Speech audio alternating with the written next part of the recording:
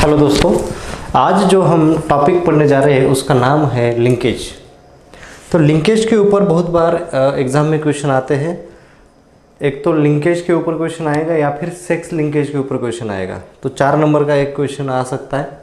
So this topic is also important for exam point of view, और यह genetics का बहुत इम्पोर्टेंट कंसेप्ट भी है। तो हमें लिंकेज को अच्छी तरह से जानना ज़रूरी है।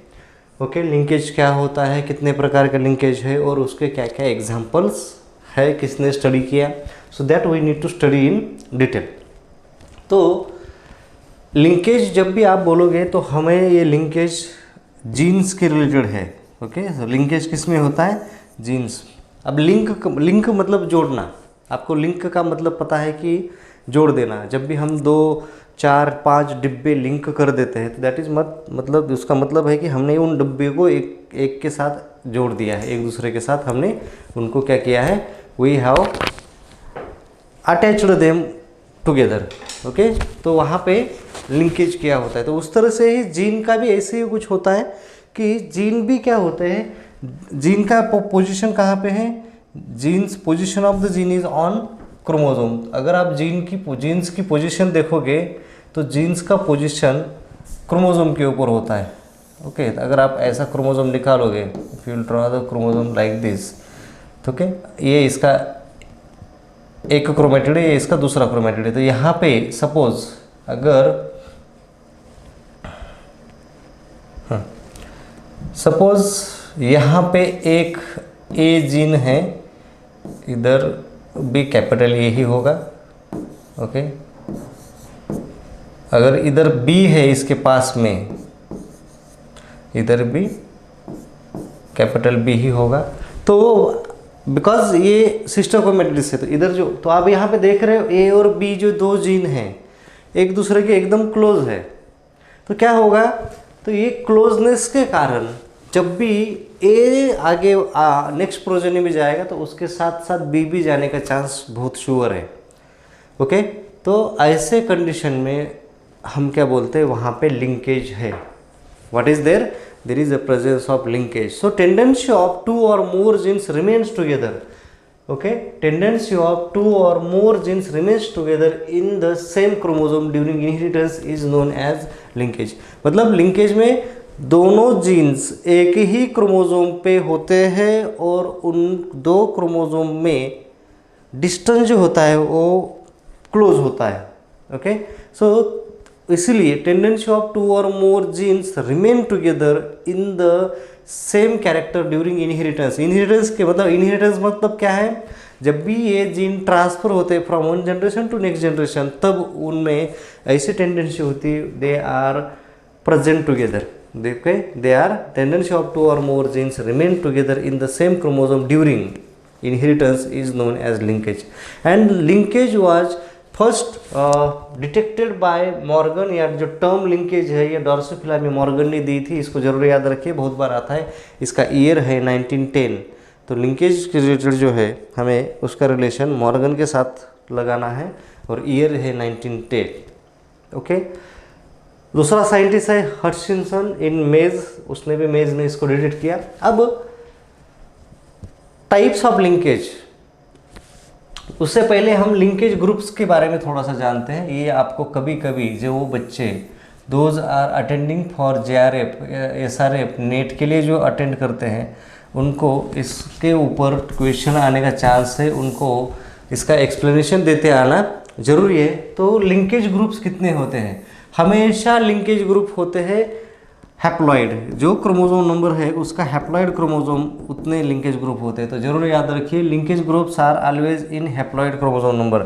जितना आपका हैप्लॉइड क्रोमोसोम नंबर होगा, अगर आप ह्यूमन में बोलोगे तो 23 है, क्योंकि 46 है तो उसका हैप्लॉइड 23, ड्रोसोफिला का 8 है तो उसके 4, पी का 14 है तो उसका 7, मक्का का 20 है तो उसका 10, ओके, राइस का 24 है तो उसका 12, व्हीट का 42 है तो उसका 21, 48 है अगर पोटैटो का उसका 24, कॉटन का 52 है तो उसका 26। तो इस तरह से लिंकेज ग्रुप आपको पता होना चाहिए। लिंकेज ग्रुप मतलब कुछ नहीं, haploid set of the chromosome number is linkage group. उतने लिंकेज ग्रुप होते ही है, क्योंकि आपको पता है लिंकेज होता है तो दो क्रोमोसोम, एक होमोलॉगस क्रोमोसोम में जितने जीन्स है उनके अंदर होगा तो लिंकेज ग्रुप कितने बनेंगे, haploid n number of linkage group ही बनना पॉसिबल है, उससे ज़्यादा बन नहीं सकते।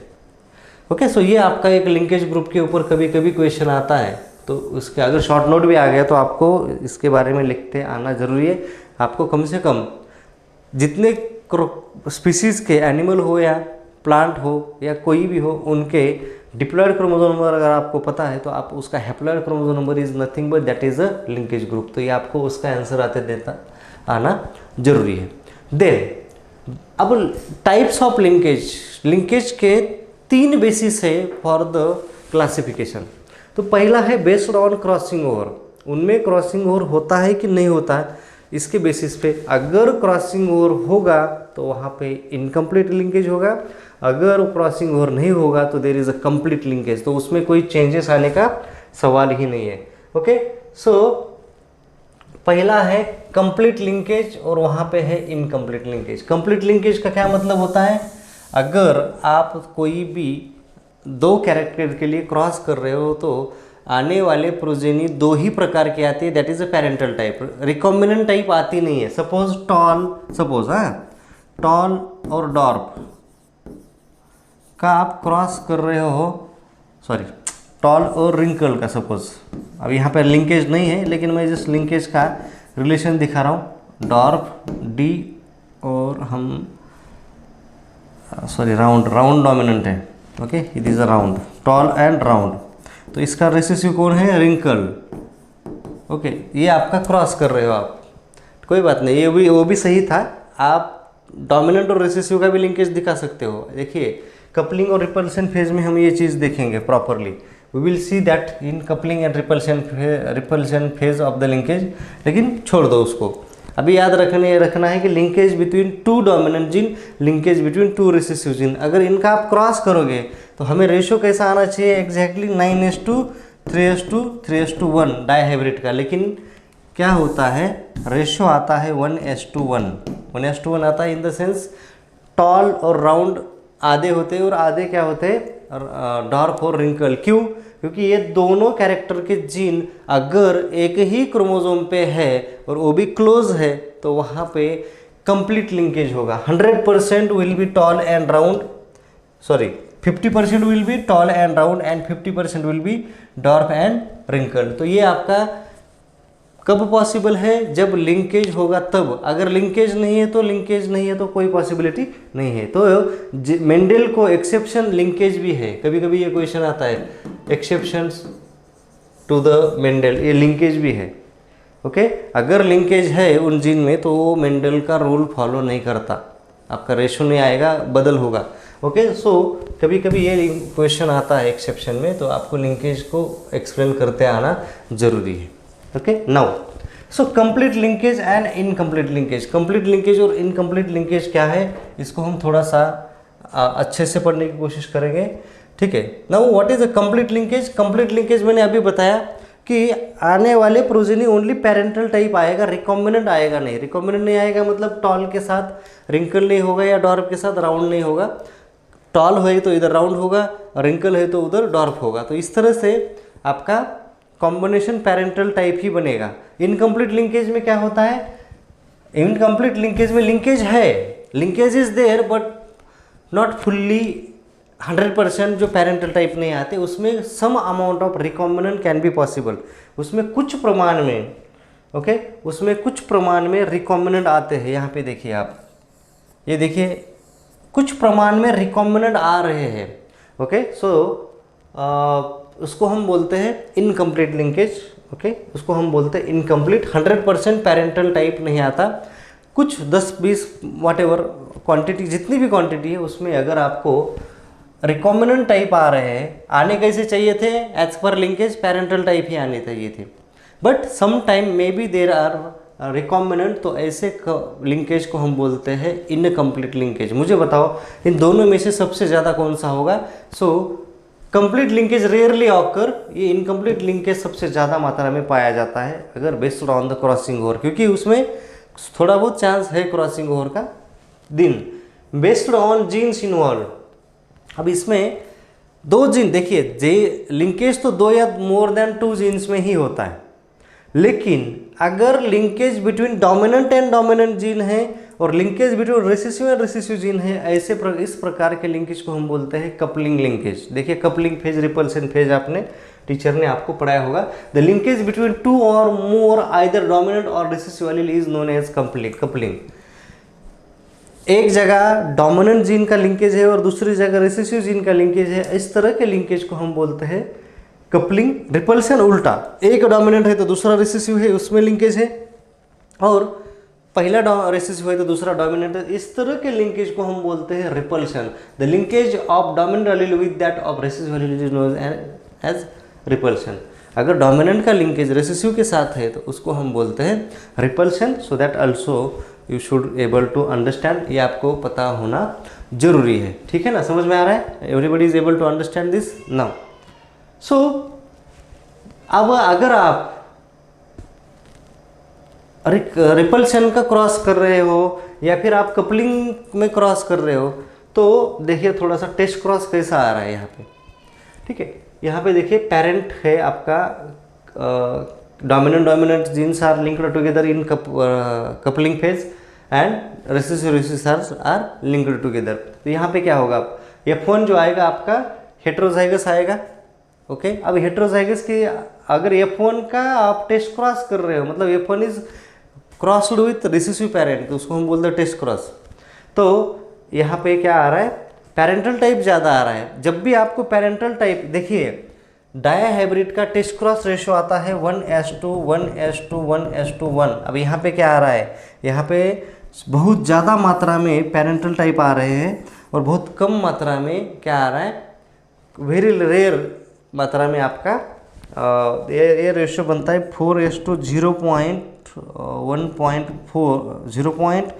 0.14:4 सॉरी 0.15:4। तो इस तरह से इतना थोड़ा बहुत, मतलब आप यहाँ पे समझ सकते हो कि रेशो 1:1 नहीं आ रहा है और पेरेंटल टाइप ज़्यादा आ रहे हैं, ओके। और पेरेंटल टाइप कौन से ज़्यादा आ रहे हैं, डोमिनेंट टुगेदर वाले और रिसेसिव टुगेदर वाले आ रहे हैं। तो इसका मतलब ये यहाँ पे कपलिंग है, कपलिंग फेज है। रिपल्सन कब आएगा, जब भी आने वाले टेस्ट क्रॉस में पेरेंटल टाइप ज़्यादा आएगा, लेकिन कौन से पेरेंटल टाइप ज़्यादा आ जाएंगे, डोमिनेंट और रिसेसिव टुगेदर के आ जाएंगे। तो there is a coupling phase, समझ में आ रहा है? The linkage between dominant and another recessive gene is called as coupling. तो रिपल्सन में डोमिनेंट, ओके।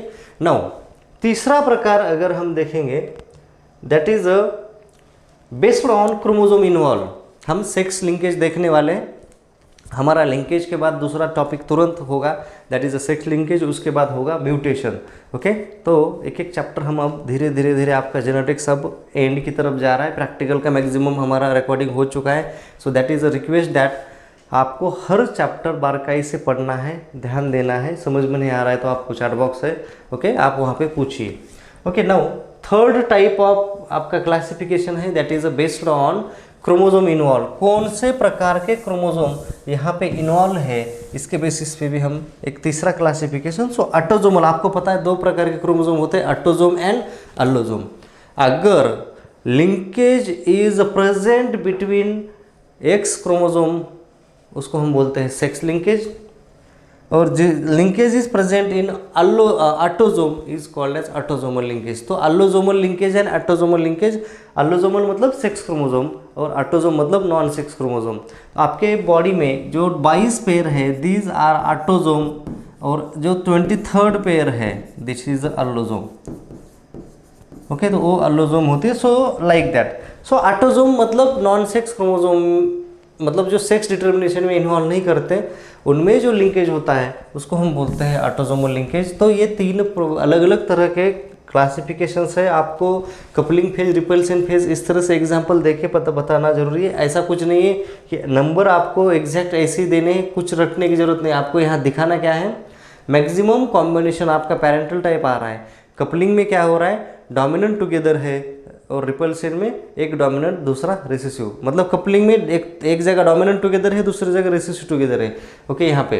और रिपल्सन में क्या है, एक जगह एक का डोमिनेंट है दूसरे का रिसेसिव है और दूसरी जगह पहले का डोमिनेंट है, इस तरह से आप कॉम्बिनेशन देख सकते हो। और आप टेस्ट क्रॉस रेशो 1:1:1:1:1 आना चाहिए था, वो आता नहीं है, ये आप वहाँ पे एक्सप्लेन कर सकते हो। Now detection of linkage, linkage वहाँ पे है कि नहीं, आप डिटेक्ट कैसे करोगे, how you will detect the linkage.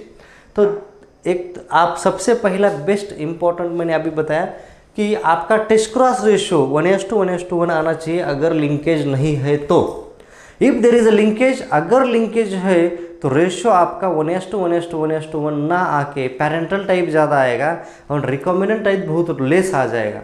वो आप देख के frequency of the parental type and recombinant type by seeing the, if the frequency of parental type and recombinant types is deviate significantly from the normal dihybrid test cross ratio, त्यावेळेस इस वहाँ पे आप बता सकते हो कि वहाँ पे क्या प्रेजेंट है, there is a presence of linkage. So this is about the very important and small topic. Okay, next topic हम तुरंत पढ़ने जा रहे हैं, that is a sex linkage. Okay, तो next topic हम sex linkage पढ़ेंगे, उसमें बहुत सारे concepts है। ओके, होल एंट्री कैरेक्टर्स है, क्रिस क्रॉस इनहेरिटेंस है, तो ये चीज़ें आपको वहाँ पे पढ़ने को मिलेगी। सो केयरफुली उस टॉपिक को भी आप थोड़ा सा सीरियस लेके पढ़ लीजिए। धन्यवाद।